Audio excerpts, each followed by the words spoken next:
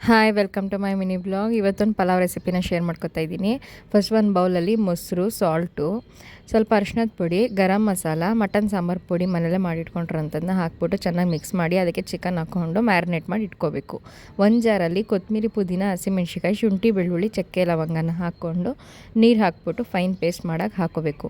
ಆಮೇಲೆ ಒಂದು ದೊಡ್ಡ ಪಾತ್ರೆಯಲ್ಲಿ ಎಣ್ಣೆ, ತುಪ್ಪ ಹಾಕ್ಬಿಟ್ಟು ಪಲಾವ್ ಸ್ಪೈಸಸ್ನೆಲ್ಲ ಹಾಕ್ಕೊಂಡು ಚೆನ್ನಾಗಿ ಫ್ರೈ ಮಾಡ್ಕೋಬೇಕು.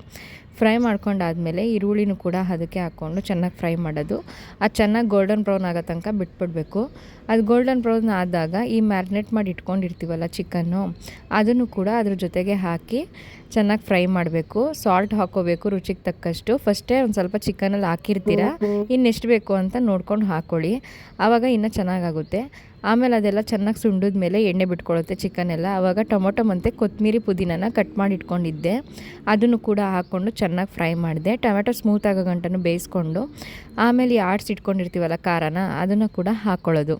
ಅದು ಚೆನ್ನಾಗಿ ಖಾರ ಎಲ್ಲ ಚಿಕನ್ಗೆ ಹಿಡಿದ ಮೇಲೆ ಒಂದು ಸ್ವಲ್ಪ ನಿಂಬೆಹಣ್ಣು ರಸನೂ ಕೂಡ ಹಾಕ್ಕೋಬೇಕು. ಆವಾಗ ಹುಳಿನೂ ಕೂಡ ಹಿಡಿಯುತ್ತೆ ಜೊತೆಲೇ.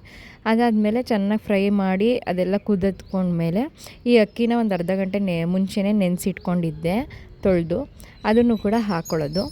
ಅದು ಹಾಕ್ಕೊಂಡಾದ್ಮೇಲೆ ಸ್ವಲ್ಪ ಬೇಕಾದಷ್ಟು ನೀರನ್ನ ನೋಡಿಕೊಂಡು 1 ಲೋಟ ಅಕ್ಕಿಗೆ 2ರಷ್ಟು ನೀರು ಮಾಮೂಲಿ ಹಾಕ್ಕೊಳ್ಳೋದು. ಹಾಕ್ಕೊಂಡು ಮಿಕ್ಸ್ ಮಾಡಿಬಿಟ್ಟು ಲಿಡ್ನ ಕ್ಲೋಸ್ ಮಾಡಿಬಿಡಿ. ನಾನು ಆಲ್ಮೋಸ್ಟ್ ಸಾಮಾನ್ಯವಾಗಿ ಯಾವಾಗಲೂ ಪಾತ್ರೆಯಲ್ಲೇ ಮಾಡ್ಕೊಳ್ಳೋದು ಪಲಾವ್ ರೆಸಿಪಿನೆಲ್ಲ, ಏಕೆಂದರೆ ನನಗೆ ಕುಕ್ಕರಲ್ಲಿ ಮಾಡಿದ್ರೆ ಅಷ್ಟು ಇಷ್ಟ ಆಗೋಲ್ಲ. ಅದರಿಂದ ಪಾತ್ರೆಯಲ್ಲಿ ಮಾಡಿದ್ರೆ ಚೆನ್ನಾಗೇ ಬರುತ್ತೆ, ರುಚಿನೂ ಚೆನ್ನಾಗಿರುತ್ತೆ, ಆಮೇಲೆ ಮಿಕ್ಸ್ ಕ್ಲೀನಾಗಿ ಆಗುತ್ತೆ ಅಂತ ನಾನು ಪಾತ್ರೆಯಲ್ಲೇ ಮಾಡ್ಕೊಳ್ತೀನಿ. ನೀವು ಕೂಡ ಈ ರೆಸಿಪಿನ ಟ್ರೈ ಮಾಡಿ, ಹಾಗೆ ಹೇಗೆ ಬಂದಿತ್ತು ಅಂತ ಕಮೆಂಟಲ್ಲಿ ತಿಳಿಸಿ.